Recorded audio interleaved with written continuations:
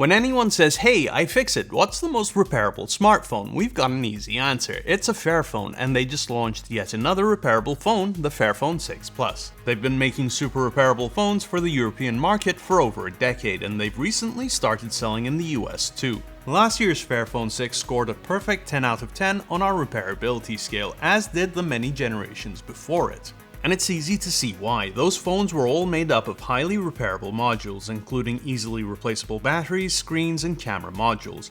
Will the 6 Plus measure up to those very high standards? Before I take a look at the Fairphone 6 Plus, let's talk about the company behind it. Fairphone started out as a Dutch social campaign, raising awareness around the use of conflict minerals originating in the Democratic Republic of the Congo. After years of telling people there's a better way to make a smartphone, they decided to prove it. At the heart of Fairphone's philosophy is fairness for all the people throughout the manufacturing supply chain. They're committed to doing things more sustainably too, and repairable design is a part of that. They promise 7 years of software updates, a best-in-class 5-year manufacturer's warranty, and OEM replacement parts. With the ability to unlock the bootloader, the useful life of the device gets extended even further. But enough chat, let's dive in and take a look at the new Fairphone 6 Plus and see if the hardware backs up the lofty claims of this social movement turned ethical business venture. Inside the box, there's a basic Torx 5 that should hopefully be everything I'll need to open up the device. The phone itself is remarkably similar to the Fairphone 6, and that's because it's practically the same design. Same 2 screws, same sliding back cover.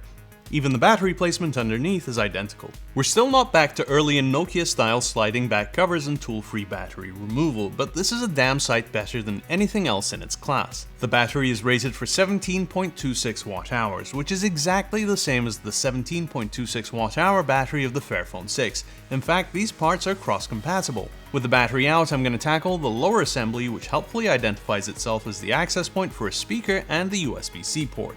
The lower assembly holds the SIM reader and an expansion slot for microSD, giving you the option to boost the 256GB of onboard storage by an additional 2TB. This kind of built-in upgradability is increasingly rare, as most phones have dropped their microSD slots. The speaker is the top component, and the USB-C port is blissfully easy to remove and to replace. All ports are rated for a certain number of mating cycles, and sooner or later the combination of pocket fuzz and mechanical wear means you'll need to replace yours. It can be a painfully complicated repair on some phones, so this simple and effective design is massively appreciated. Once the lower assembly is completely removed, I'm going to use an opening pick to pop the edges of the top cover.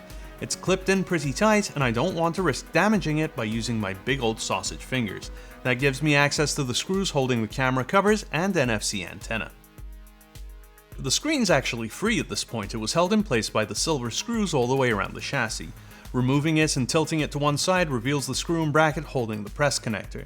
Pop that connector and the screen comes away, making it as easily accessible as the battery and lower speaker. Back to the other side, I've got all 3 cameras, the 50MP main, the 12MP ultra-wide, and a 32MP selfie camera. Also easy to remove, the earpiece speaker. While not the most common failure point, these things do die from time to time, so it's great to know it's such an easy repair. With the last of the coax and press connectors disconnected, I can go ahead and remove the mainboard, housing a Qualcomm Snapdragon 7S Gen 4. And that's it, teardown complete. The process for disassembly, repair, and reassembly is identical to the Fairphone 6 from last year, a boon for this device's repairability and the spare parts supply chain that supports both of the devices. It takes a conscious effort to design a device for this level of repairability, and once again Fairphone receives full marks from us with a provisional score of 10 out of 10 on our smartphone repairability scale.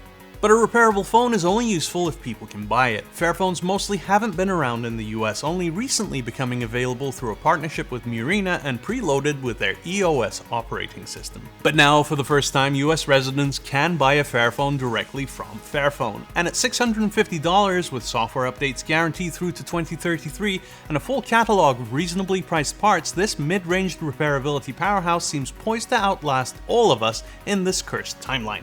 But on the off chance that we make it through, it might be nice to have a phone that's still working on the other side of the apocalypse.